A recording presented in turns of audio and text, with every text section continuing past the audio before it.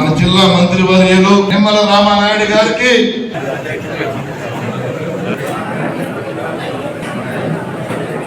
అందరూ కూర్చోమంత్రి గారు కూడా మాట్లాడతారు. పశ్చిమ గోదావరి మరి ఉమ్మడి జిల్లా అగ్నికుల క్షత్రియ సహకార అధ్యక్షుడిగా బాధ్యతలు స్వీకరించినటువంటి మరి వసంతరావు గారికి, అదేవిధంగా ఆయనతో పాటు ఉన్నటువంటి నూతన మరి డైరెక్టర్స్ ఎవరైతే ఉన్నారో అందరికీ కూడా పేరు పేరున కూడా హృదయపూర్వకమైనటువంటి అభినందనలు ముందుగా వారికి తెలియజేసుకుంటూ మరి ఈరోజు చాలా సంతోషం. ఎందుకంటే ఈవేళ తెలుగుదేశం పార్టీ అన్నా, ఈరోజు జనసేన బీజేపీ ఎన్డీఏ కూటమి అన్నా ఈవేళ బీసీలకు అండగా ఉంటూ తోడుగా ఉంటూ మరి ఆ యొక్క బడుగు బలహీన వర్గాల అభివృద్ధికి సంక్షేమానికి కట్టుబడినటువంటి కూటమి తరపున ఈరోజు ఇంత మంచి చక్కని కార్యక్రమంలో భాగం పంచుకోవడం, కూటమికి అండగా ఉన్నటువంటి అగ్నికుల క్షత్రియులు ఎవరైతే ఉన్నారో మరి వాళ్ళకి మనం ఎంత చేసినా కూడా మరి చాలా తక్కువగా అనిపిస్తూ ఉంటుంది. మొన్ననే నాయక్ గారు కూడా మా పాలకొల్లు నియోజకవర్గం ఇచ్చేసినప్పుడు ఆయనతో కూడా అదే చెప్పాం. ఎందుకంటే మాట ఇస్తే తప్పకుండా కట్టుబడి పనిచేసేటువంటి వర్గం, వాళ్ళ రుణం తీర్చుకునేటువంటి విధంగా మేము కూడా పనిచేయాలి.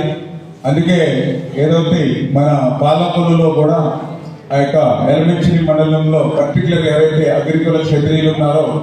మరి వాళ్ళందరికీ కూడా మంచి కళ్యాణ మండపం అది కూడా నిర్మాణం చేసి ఇస్తామని గతంలో కూడా నేను ఎన్నికల ముందు చెప్పాను. దాని ప్రకారంగా, ఎందుకంటే నేను కూడా ఈరోజు తెలుగుదేశం పార్టీ శాసనసభ్యుడిగా ఆ రోజు 14లో కానీ 19లో కానీ 24లో కానీ ప్రజలు ఆశీర్వదించారంటే అందులో ముఖ్యంగా బడుగు బలహీన వర్గాల ఆశీర్వాదమే, అందులో పర్టికులర్గా బీసీల ఆదరణే నేను ఎమ్మెల్యే. ఎందుకంటే 19లో మీకు కూడా తెలుసు, ఎందుకంటే ఆ రోజు రాష్ట్రం అంతా ఏ గాలి వీచినా నేను 18,000 మెజార్టీతో గెలిచానంటే పాలకుల్లో బీసీలు పర్టికులర్గా, ఆ తర్వాత ఎస్సీలు వీరిద్దరూ అండగా ఉండడంతో ఆ రోజు నేను గెలిచినటువంటి పరిస్థితి. ఎవరైతే మత్స్యకారులు ఉన్నారో వాళ్ళని కూడా 20,000 రూపాయలు వాళ్ళు వేట సమయంలో, వేట నిషేధ సమయంలో వాళ్ళకి వృత్తిగా గత ప్రభుత్వం ఏదైతే 10,000 రూపాయలు ఒకరికి ఇచ్చి ఒకరి ఇవ్వకుండా ఏదైతే చేతులు దొరుకుతుందో ఆ రకంగా కాకుండా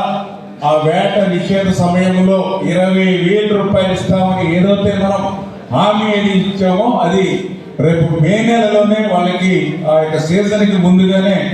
ఆ యొక్క మత్స్యకారులు కూడా 20,000 రూపాయలు వాళ్ళకి అందజేయాలని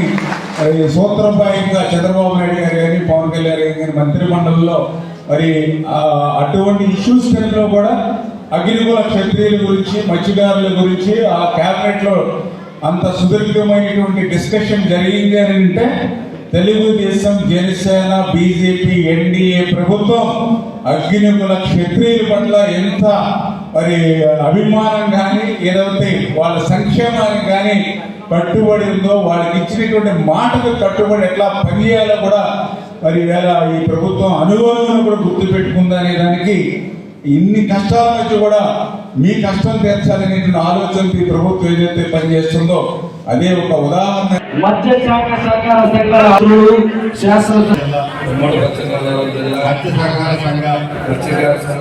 జిల్లా అధ్యక్షులు మరియు ఉపాధ్యక్షులు డైరెక్టర్లుగా ఎన్నికైన మేము